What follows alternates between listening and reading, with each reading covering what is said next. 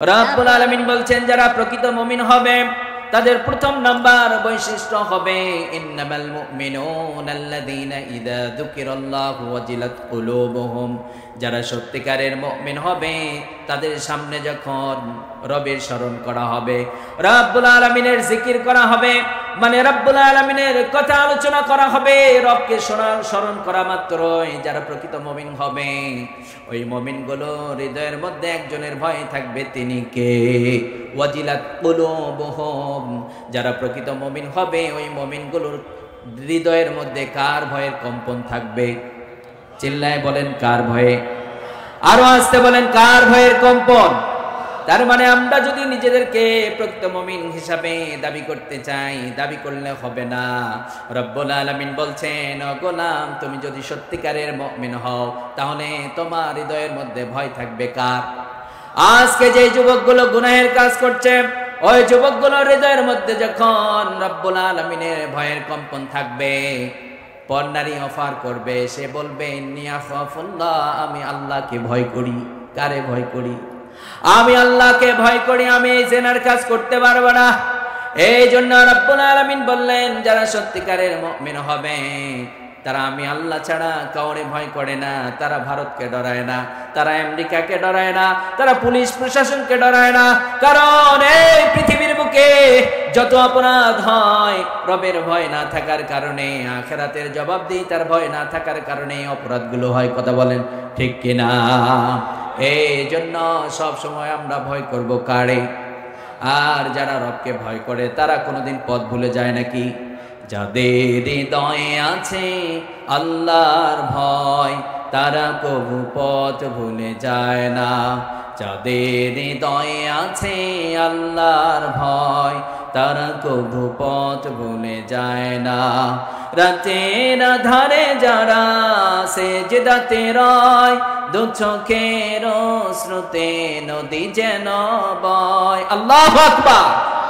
গভীর রাত্রিতে মুমিন ওঠে, ঠান্ডা পানি দিয়ে ওযু বানায়, ওযু বানিয়ে কান্না ঝরায়। কার ভয়ে? এই জন্য আমরা সব সময় সে রবকে ভয় করব। রাজি আছি না নাই? রবের ভয় যাদের মধ্যে থাকবে তাদের দ্বারা কোনো অপরাধ হবে না। কারণ আপনি আমি দুনিয়ার বুকে অপরাধ করছি, টাকার বিনিময়ে বিচার বিক্রি হয়, হয় কি হয় না?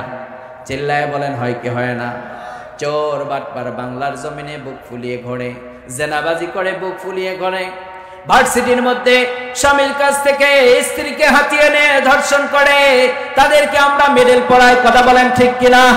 কোরআনের পাখিদের হাতে আমরা বেরি পড়াই, পায়ে বেরি পড়াই, মাজায় বেরি লাগায়, আছে না নাই? কথা বলেন আছে না নাই? এই অন্যায় কাজগুলো যারা করে রব বলছে তাদের মধ্যে যখন আমি রবের ভয় থাকবে এই অন্যায়গুলো এই সমাজে থাকবে না। কথা বলেন ঠিক কিনা?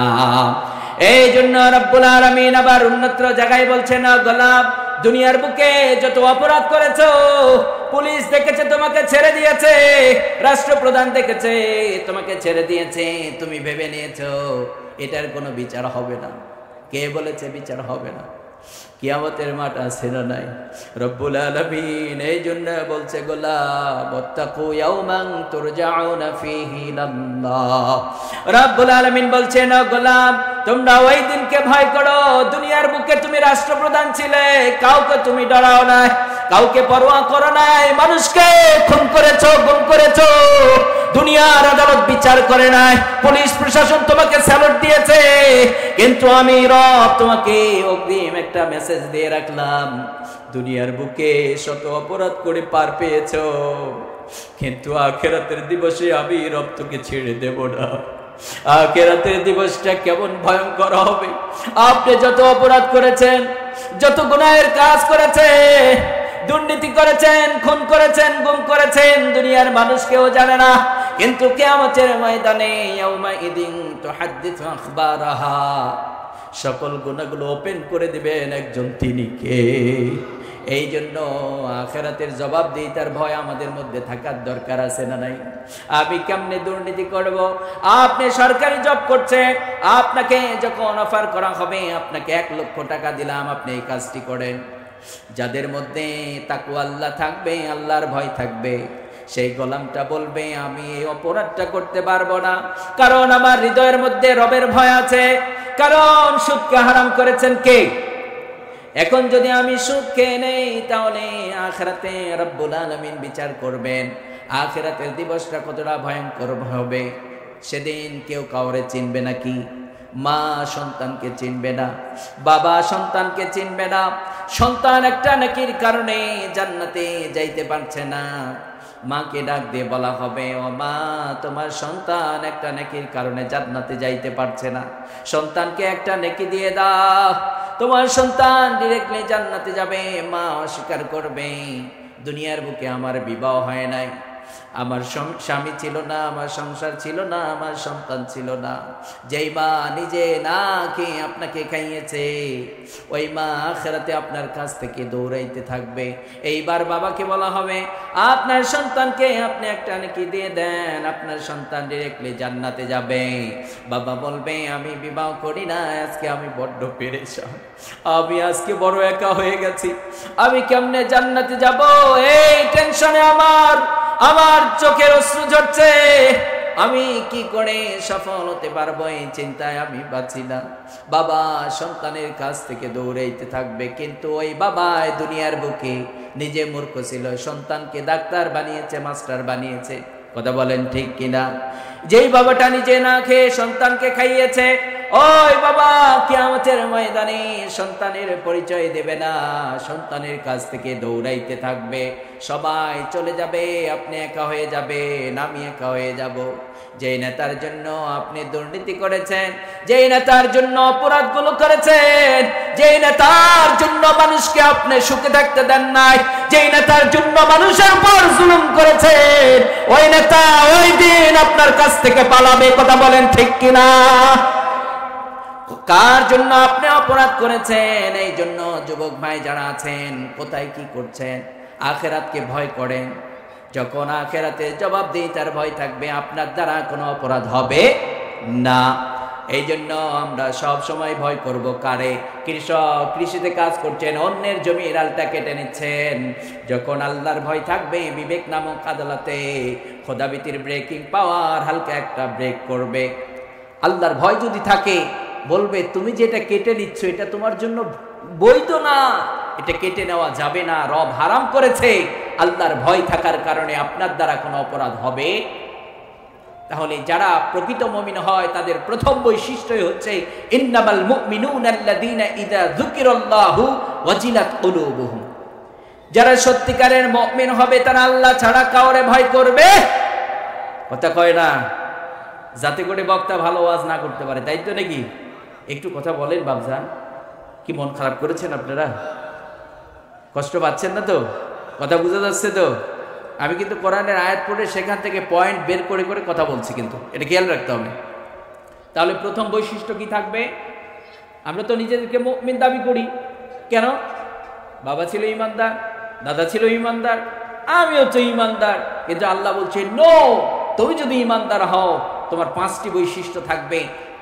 সূরাতুল আনফালে 2 এবং 3 নম্বর আয়াতের মধ্যে 5টি বৈশিষ্ট্যের বর্ণনা দিয়েছি। 5টি বৈশিষ্ট্যের প্রথম নম্বর হচ্ছে ইন্নামাল মুমিনুনা আল্লাযীনা ইযা যুকিরাল্লাহু ওয়াজিলাত কুলুবুহুম। আমি রবের জিকির করা মাত্রই, আমি রবের কথা স্মরণ করা মাত্রই যারা সত্যিকারের মুমিন হয় তাদের হৃদয়ের মধ্যে কম্পন শুরু হয়ে যায়। কেন কম্পন শুরু হয়? আমি যে খারাপ কাজগুলো করছি দুনিয়ার মানুষ দেখছে, ছেড়ে দিচ্ছে আমাকে, কিন্তু আমার রব তো এটা চয়েস করে না, আমার রব তো এটা করতে বৈধতা দেয় নাই। আমি যে কাজটা করেছি এই কাজটা আমার ভুল হয়েছে, আমার রব তো আমাকে ধরবে, এই ভয়ে কম্পন শুরু হয়ে যায়। কথা বলেন ঠিক কিনা? কথা বলেন ঠিক কিনা? তাহলে প্রথম নাম্বার বৈশিষ্ট্য আমরা জানলাম, আমরা মুমিন দাবি করছি। মুমিন সত্যিকারের মুমিন হতে চাইলে আমরা আল্লাহকে ভয় করব। রাজি আছি তো? এই বাচ্চাটাকে ধরেন তো, এই ওখান থেকে লাইট মারে, শয়তান জায়গা পায় না। সম্মানিত ভাইরা আমার এদিকে তাকান। তাহলে আমরা আল্লাহকে ভয় করব সব জায়গায়। বিজনেসম্যান বিজনেস করছেন, আপনি যখন মানুষকে 1 নাম্বার বলে 2 নাম্বার জিনিসটা চালিয়ে দিচ্ছেন, যখন আল্লাহর ভয় থাকবে তখন এমনি আপনার বিবেক নামক আদালতে, দুনিয়ার আদালত বাদ দেন, এটা পচা আদালত। এই আদালত টাকার বিনিময়ে বিচার বিক্রি হয়, সত্যকে মিথ্যা বানায়। এই আদালত ফাঁসির আসামিকে ক্ষমা করে দেয়, আর যারা নিরপরাধী তাদেরকে ফাঁসির কাছে ঝোলায়। কথা বলেন ঠিক কিনা? আছে না? চুরি করার পরেও তাদেরকে চোর বলা হয় না, কিন্তু আলেমদের গ্রামের মধ্যে চুরির তহমত লাগানো হয়। এইরকম নিকৃষ্ট মানসিকতার মানুষ বাংলার জমিনে আছে না? ওরা চুরি করবে, বাটপাড়ি করবে, ওরা অনেক কিছু করবে। ওরা আবার কোরআনের মাহফিলে এসে কোরআনের মুফাসসিরদের গলার টুটি চিপে ধরতে চায়। মুফাসসিররা যখন বলে দুর্নীতি চলবে না, তখন তারা কয় হুজুর তো রাজনীতি শুরু করছে। এবার আমরা কি কচুরি পানা ভাসে আসছি নাকি? দেশের মধ্যে দুর্নীতি হবে, চুরি হবে, বাটপাড়ি হবে। যারা খারাপ কাজ করবে তাদেরকে আপনারা ধরবেন। জেল থেকে যখন বের হবে হাত নাড়াবে আর বাই বাই টাটা বলবে আর দেখাবে, দেখো মেহেন্দি লাগাইছি, তার মানে খুব বালাইছিলাম আমি। কতক্ষণ ঠিক কিনা? কতক্ষণ ঠিক কিনা? কিন্তু আলেমদেরকে আপনারা কষ্ট দিয়ে তাদেরকে পঙ্গু বানাবেন। এই জাতি এর হিসাব বাংলার জমিনে একদিন নেবেই নেবে। কথা বলেন ঠিক কিনা? কারণ এই দেশটা আপনার আমার সবার অধিকার আছে। কথা বলেন ঠিক কিনা? এই দেশ নিয়ে ভাবার অধিকার আমাদের আছে না নাই? একদম নিম্ন মানসিকতার মানুষ বাংলার জমিনে তারা মনে করে হুজুরদের মনে হয় এই দেশ নিয়ে ভাবার অধিকার নেই। কে বলেছে হুজুরদের এই দেশ নিয়ে ভাবার অধিকার তোমার চেয়ে বেশি আছে? কথা বলেন ঠিক কিনা? কারণ হুজুরের হৃদয়ের মধ্যে দেশপ্রেম থাকার কারণে দেশের স্বার্থে তারা কথা বলে, আর আপনারা অন্যের ইশারায় দেশকে অর্থনৈতিক ভাবে পঙ্গু করার জন্য পায়তারা চালাচ্ছেন। কথা বলেন ঠিক কিনা? আমরা খুব ভালোই জানি। কতক্ষণ ঠিক কিনা? কতক্ষণ ঠিক কিনা? কিন্তু ওই মানুষগুলো হৃদয়ের মধ্যে যখন আল্লাহর ভয় থাকবে, ওই মানুষগুলো এই অপরাধগুলো করবে না। কারণ দুনিয়ার লাইফটা ওয়ান টাইম, 60 বছর যখন ফুরিয়ে যাবে, মরে যাবেন, কবরে যেতেই হবে। আখিরাতের লাইফটা আপনাকে বরণ করেই নিতে হবে। কথা বলেন ঠিক কিনা? তাহলে 1 নাম্বার, আমরা সব সময় কাকে ভয় করব? 2 নাম্বার বৈশিষ্ট্যের বর্ণনা দিচ্ছেন, وَإِذَا تُلِيَتْ عَلَيْهِمْ آيَاتُهُ زَادَتْهُمْ إِيمَانًا। রব্বুল আলামিন বলছেন, যারা সত্যিকারের মুমিন হবে তাদের সামনে যখন কোরআনুল কারীমের তেলাওয়াত করা হবে, ওই মুমিনগুলো কোরআন শোনার বরকতে রব্বুল আলামিন তাদের ঈমানগুলোকে বৃদ্ধি করে দেবে। সুবহানাল্লাহ। ওয়াইদা তুলিয়াত আলাইহিম আয়াতুহু যাদাতুহুম ঈমানা। কোরআনের তেলাওয়াত মুমিনের ঈমান বৃদ্ধি করে দেন। সুবহানাল্লাহ। তাহলে আমরা যারা এখানে উপস্থিত হয়েছি, নিয়মিত কোরআন শোনার দরকার আছে না নাই? নিয়মিত কোরআন পড়ার দরকার আছে না নাই? কিন্তু আজকে বাংলার জমিনে কোরআন বন্ধ করার চক্রান্ত আছে না নাই? কোরআনের শিক্ষাকে হেয় প্রতিপন্ন করবার জন্য আমরা ভিক্ষুকের ট্যাগ লাগিয়ে দিয়েছি, যাতে করে মাদ্রাসা শিক্ষাকে হেয় করা যায়, মানুষ মাদ্রাসায় ছাত্র না দেয়। কতক্ষণ ঠিক কিনা? কথা বলেন ঠিক কিনা? আরো আসতে কোন গুনাহ হতে পারে, কিন্তু আমরা মাদ্রাসায় ছাত্র দেব কার খুশির জন্য? কথা বলতে হবে কার খুশির জন্য? কারণ এই কোরআনুল কারীম এই পৃথিবীর ভারসাম্যকে টিকিয়ে রেখেছে। এই কোরআন গবেষণা করে আজকে পৃথিবী এগিয়ে যাচ্ছে, কিন্তু বাংলার জমিনে আমরা পড়ে আছি টুপিওয়ালারা খালি গুতাগুতি নিয়ে। কতক্ষণ ঠিক কিনা? আলিয়া কওমিকে দেখতে পারে না, কওমি আলিয়াকে দেখতে পারে না, আছে না নাই? চরমনাই তাবলিগকে দেখতে পারে না, তাবলিগ চরমনাইকে দেখতে পারে না, জামাতি ইসলাম অন্য দলকে দেখতে পারে না, অন্য দলগুলো আবার জামাতি ইসলামকেও দেখতে পারে না। এই অথরিটি আপনাকে কে দিয়েছে? এই নোংরামি মুসলমানদের মধ্যে থাকতে পারে? আমি হুজুর আওয়ামী লীগকে গালি দেব, এই অথরিটি আমাকে কে দিয়েছে? আওয়ামী লীগের ভাইয়েরা ভুল করবে, আমি তাকে বুকে টেনে নেব। কতক্ষণ ঠিক কিনা? বিএনপির ভাইয়েরা ভুল করবে, আমরা তাদেরকে টেনে নেব, তাদেরকে বুঝাবো আপনার ভুল হয়েছে, এটা শুধরিয়ে নেন। কিন্তু কিছু মানুষ ঘাটতেরা আছে না নাই? ভুল করবে যারা সভ্য মানুষ হবে, যারা ভদ্র মানুষ হবে, ভুল করার পরে ভুল যখন আপনি ধরিয়ে দেবেন, তারা বলবে সরি, এটা আমার ভুল হয়েছে, আমি সামনে থেকে এই কাজটি আর করবো না। কতক্ষণ ঠিক কিনা? কিন্তু ঘাড়ের রগ বাঁকা কিছু মানুষ আছে না নাই? সত্য পাওয়ার পরেও তারা গ্রহণ করে না, তারাই পথভ্রষ্ট। কতক্ষণ ঠিক কিনা? তাহলে রব্বুল আলামিন বললেন যারা সত্যিকারের মুমিন হবে তারা কোরআনুল কারীমের তেলাওয়াত শ্রবণ করলে রব্বুল আলামিন তাদের ঈমানকে বৃদ্ধি করে দেন।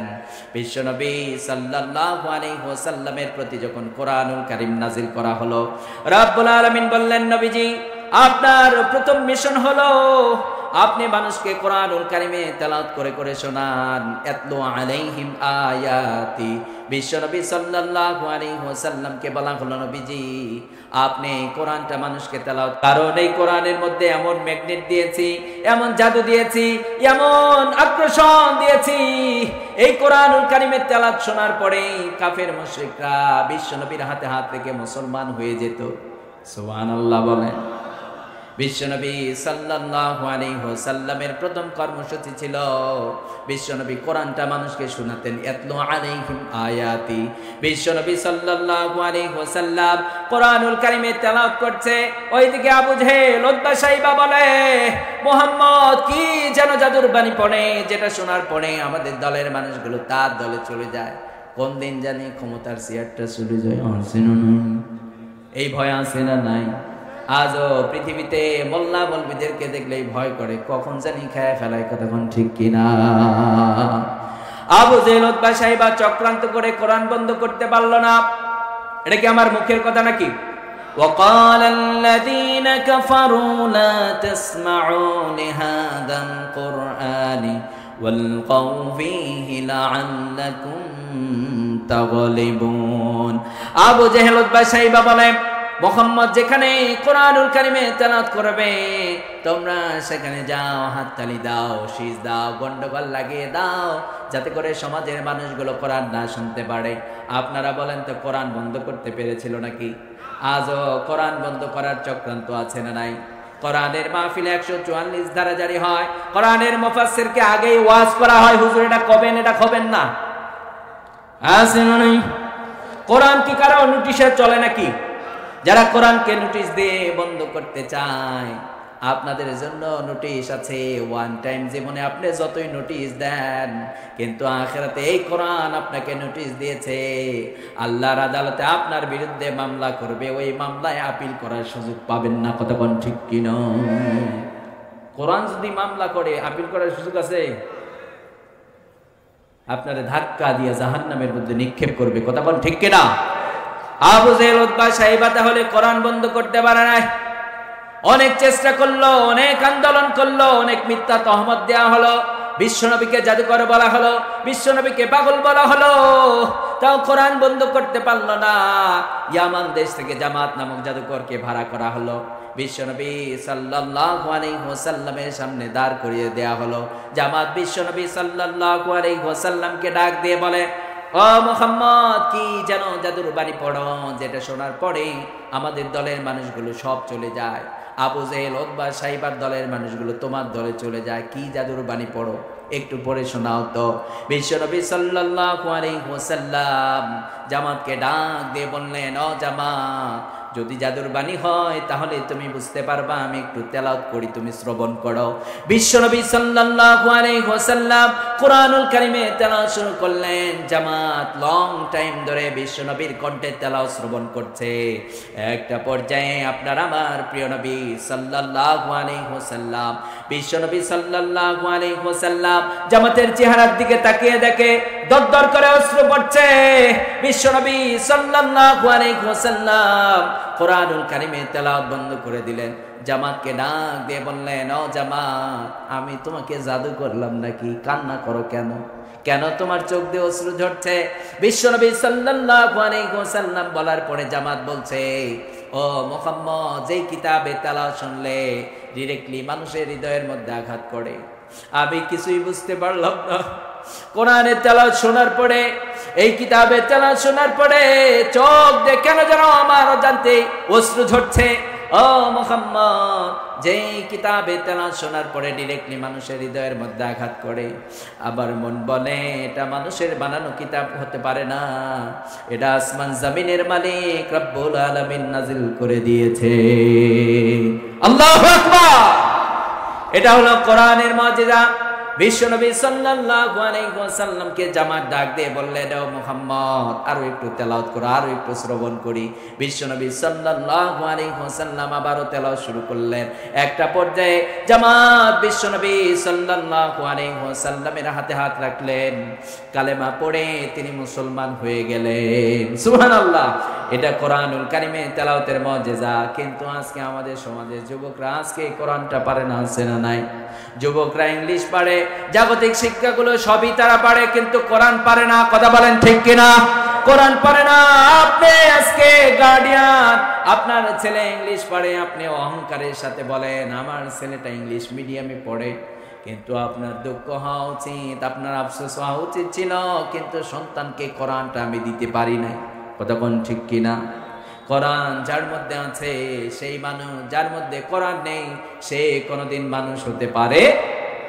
আল্লাহ এই জন্য বলে দিয়েছেন আল্লামাল কোরআন খলাকাল ইনসান। কোরআন শিক্ষা দিয়েছি, মানুষ সৃষ্টি করেছি। যার মধ্যে কোরআন আছে সেই মানুষ, যার মধ্যে কোরআন নাই সে এখনো মানুষ হতে পারে।